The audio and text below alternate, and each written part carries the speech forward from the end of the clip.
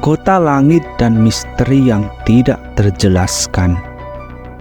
Banyak sekali peninggalan sejarah umat manusia masa lampau yang masih menyisakan misteri.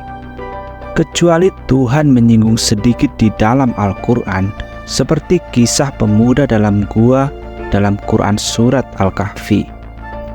Lalu ada kisah tembok Zulkarnain yang mengurung Ya'juj dan Ma'juj. Dan masih banyak sekali misteri yang belum terpecahkan. Kali ini kita akan mengajak Anda ke daratan India, negara yang penuh dengan cerita epos dan memukau para kaum kadewatan, hingga kisah epik Ramayana dan Mahabharata. Karena dalam video ini kita tidak jauh dari kisah legenda mereka.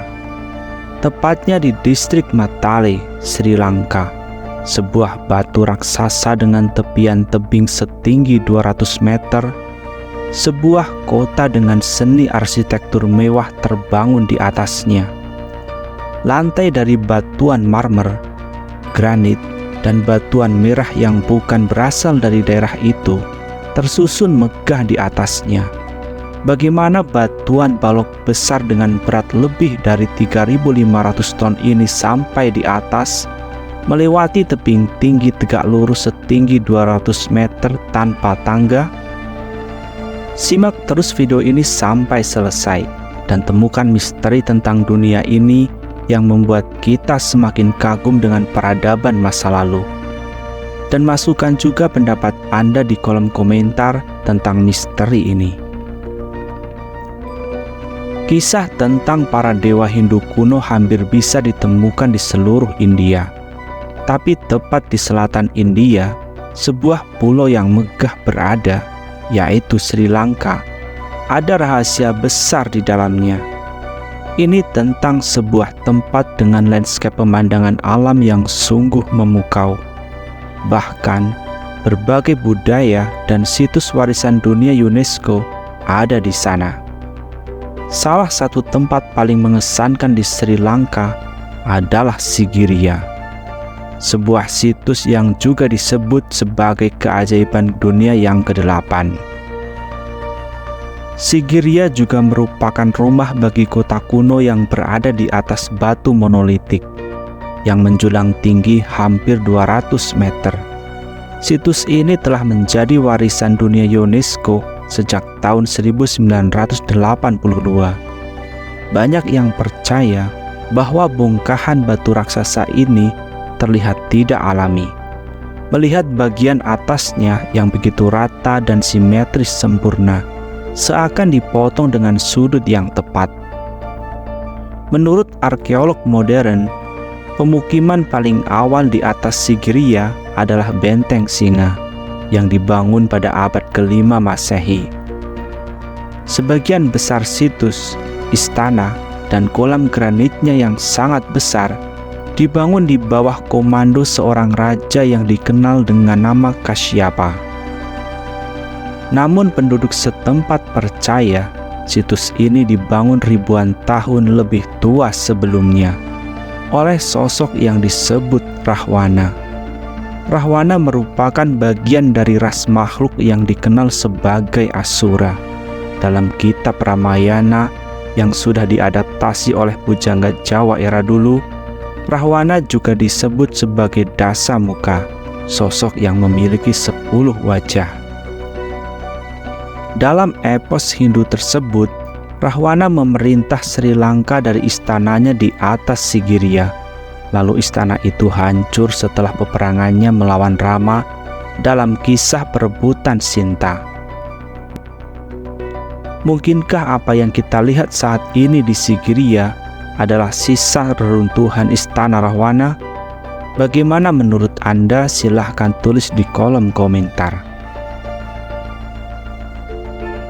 Fakta lainnya adalah daerah di sekitar Sigiriya menunjukkan tanda-tanda tempat tinggal manusia, mulai dari periode Mesolitikum, yaitu zaman batu pertengahan, yang ditandai masa manusia berburu dan meramu dengan peralatan dari batu yang sudah lebih maju, sekitar 5.000 tahun yang lalu.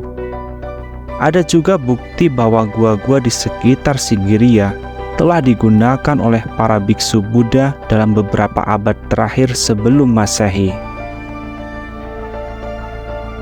Meski demikian, para arkeolog konvensional ingin kita percaya bahwa situs tersebut pertama kali digunakan oleh Raja Kasyapa pada akhir abad ke-5 Masehi.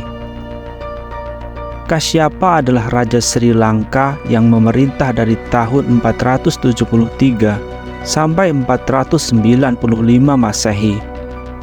Dia baru naik tahta setelah mengatur siasat pembunuhan ayahnya dan merebut kerajaan dari saudaranya yang merupakan pewaris tahta yang sah.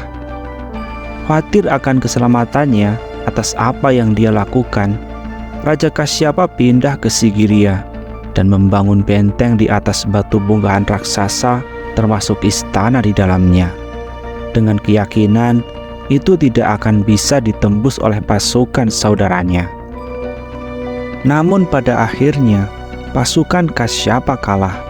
Sebelum tentara saudaranya datang, Kasyapa memilih bunuh diri. Setelah kematian Kasyapa, saudaranya yaitu Moggallana memberikan benteng dan istana Sigiriya kepada para biksu Buddha. Sejak saat itu, Sigiriya menjadi biara setidaknya sampai abad ke-14. Sigiriya kemudian ditinggalkan dan dibiarkan tidak berpenghuni pada abad ke-15. Orang Barat pertama kali menemukan tempat itu ketika Jonathan Forbes, seorang mayor di tentara Inggris, menemukan Sigiriya saat menjelajah hutan dengan menunggang kuda. Sejak penemuan itu, arkeolog dari berbagai dunia tiba dan melakukan banyak penggalian. Anehnya, para arkeolog bingung dengan apa yang mereka temukan. Ada berbagai penemuan melampaui batas nalar di Sigiriya. Salah satunya adalah perencanaan tata letak kota yang sungguh mengagumkan, menunjukkan mereka lebih maju dari apa yang kita pikirkan. Tata letak kota menerapkan pola simetris dan asimetris, seakan sengaja dibuat untuk menciptakan keselarasan dengan hutan dan alam di sekelilingnya. Ada berbagai struktur di Sigiriya, sehingga para arkeolog kesulitan untuk memutuskan apa sebenarnya Sigiriya. Apakah itu sebuah benteng, istana, rumah, atau sebuah taman yang mewah. Satu bagian di situs itu berupa piramida berundak. Di sisi barat dari Sigiriya terdapat taman lain. Dari sini mereka menemukan tambahan teknik kuno yang canggih. Taman ini berupa struktur penahan air yang canggih, termasuk sistem hidrolik di dalamnya yang bertujuan untuk mensuplai air ke taman. Desain ini terdiri dari kanal, danau, bendungan, bahkan pompa air, menunjukkan adanya perencanaan luar biasa dalam pembangunan Sigiriya. Beberapa dari sistem hidrolik ini masih menyediakan air ke daerah tersebut, bahkan hingga hari ini. Di puncak Sigiriya, sebagian besarnya terbuat dari batu bata merah jenis tanah liat tertentu. Membingungkan para arkeolog bagaimana menjelaskan setidaknya 3 juta batu bata bisa naik ke puncak batu setinggi 200 meter, mengingat tidak adanya tangga ke puncak Sigiriya. Tangga besi yang saat ini ditemukan dibuat beberapa tahun terakhir untuk memudahkan wisatawan naik ke puncak, mengingat ada ribuan wisatawan berkunjung ke sana setiap harinya. Tanpa tangga yang tepat menuju ke puncak Sigiriya, tampaknya mustahil untuk mengangkut seluruh material dengan berat ribuan ton ke atas. Bahkan harus melewati rimbunan hutan lebat di sekeliling Sigiriya. Bagaimana mungkin mereka melakukannya? Material batu bata mungkin terlihat umum, tapi kita akan tercengang bagaimana batuan balok marmer besar mengisi sepanjang jalan, tangga, hingga ke dalam istana. Batu marmer putih besar ini bukanlah berasal dari daerah ini. setiap balok marmer sangat berat dan jumlahnya ribuan. Jadi, bagaimana mereka membawa ribuan balok batu marmer dengan berat bertonton ke puncak Sigiriya yang tegak lurus tanpa tangga? Meskipun saat ini tangga logam sudah dibangun di sana, butuh waktu 2 jam untuk bisa sampai ke puncak Sigiriya. Jadi, bagaimana mereka membawa ribuan ton balok marmer ke puncak tanpa anak tangga? Para arkeolog tertuju pada garis pola aneh di sisi batu. Mereka meyakini bahwa garis itu diukur dengan terukur. Namun tidak ada jawaban tentang bagaimana caranya mereka mengukir batu itu di tempat-tempat tebing curam di mana tidak ada tempat untuk manusia bisa memijakan kaki. Ada juga lubang melingkar yang dibor dekat dengan puncak. Sekali lagi, para ilmuwan dan arkeolog tidak bisa menjelaskan bagaimana dinding batu sekeras ini bisa dibor dengan alat primitif di zaman Mesolitikum. Selain itu, di dekat lubang bor ditemukan pola garis aneh. Arkeolog tidak bisa menjelaskan untuk apa dan bagaimana mereka membuatnya. Tepat di atas dekat pola ini, ditemukan lubang dengan kedalaman yang jauh menembus ke dalam batu. Tentang bagaimana mereka membuat lubang, seakan mereka melelehkan batu itu, terlihat dari tepian sisi lubang. Semua tanda aneh ini seperti dilakukan dengan mesin canggih atau bahkan melelehkan batuannya. Satu lagi yang membuat seluruh arkeolog terkagum-kagum adalah tentang bagaimana bisa kolam seluas ini bisa ada di puncak batuan setinggi 200 meter. Dari kejauhan, terlihat kolam itu seperti dibentuk dari susunan batuan granit. Tapi saat Anda melihatnya lebih dekat, Anda akan sadar bahwa kolam itu terbentuk dari bonggah batu granit yang sangat besar. Kemudian mereka ukir menjadi kolam. Kolam itu memiliki panjang 38 meter, lebar 21 meter, dan kedalaman lebih dari 2 meter. Ini berarti lebih dari 3.500 ton granit harus dipindahkan dengan tangan untuk membuat struktur ini. Granit adalah salah satu batuan terkeras di bumi. Jadi, jika mereka menggunakan pemotong dari batuan primitif, mereka butuh waktu bertahun-tahun untuk melakukannya. Jadi, apakah benar para pekerja kuno ini mengukir batuan granit sekeras ini dengan peralatan primitif mereka? Jadi dengan apa mereka melakukannya? Ketika Anda mengamatinya lebih dekat, tidak ada tanda-tanda bekas pahat atau palu. Justru ada bentangan panjang seakan disayat dengan sekop. Memiliki pola yang sama dengan situs megalitik seperti di Mesir dan Peru. Misteri ini belum terpecahkan. Hanya saja, para ilmuwan meyakini bahwa para pekerja era dulu mampu memanipulasi frekuensi batu sehingga bebatuan menjadi lunak dan dibentuk sesuka hati mereka.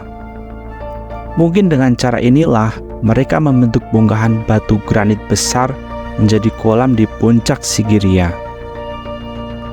Teknik dan perencanaan mengagumkan yang mereka buat di puncak Sigiriya dengan kolam batu granitnya membuatnya tidak pernah mengering.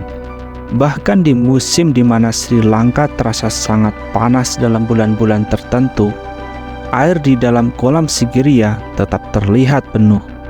Bahkan di era teknologi modern saat ini, itu terlihat seperti sebuah keajaiban. Mengingat betapa hebatnya bagaimana Sigiriya dibangun, termasuk material dengan jumlah jutaan ton kubik bisa berada di puncak tanpa melewati tangga, hingga cara mereka memahat kolam granit dan membuatnya seakan kolam abadi, penduduk sekitar meyakini bahwa Sigiriya dibangun bukanlah oleh manusia, melainkan sosok yang turun dari langit. Para peneliti sudah bisa memastikan bahwa tidak ada tangga di bongkah batu raksasa Sigiriya, membuat mereka berasumsi seakan mereka memiliki teknologi anti-gravitasi atau dibangun dengan alat besar yang bisa melayang di udara. Mengapa asumsi ini sejalan dengan legenda yang beredar di masyarakat India?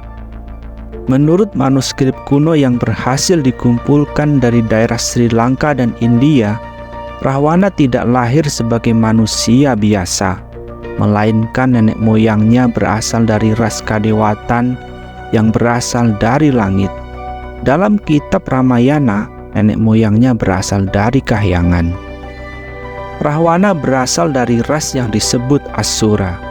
Banyak yang meyakini bahwa legenda ini bukanlah mitos, tapi fakta sejarah yang benar-benar ada ribuan tahun yang lalu.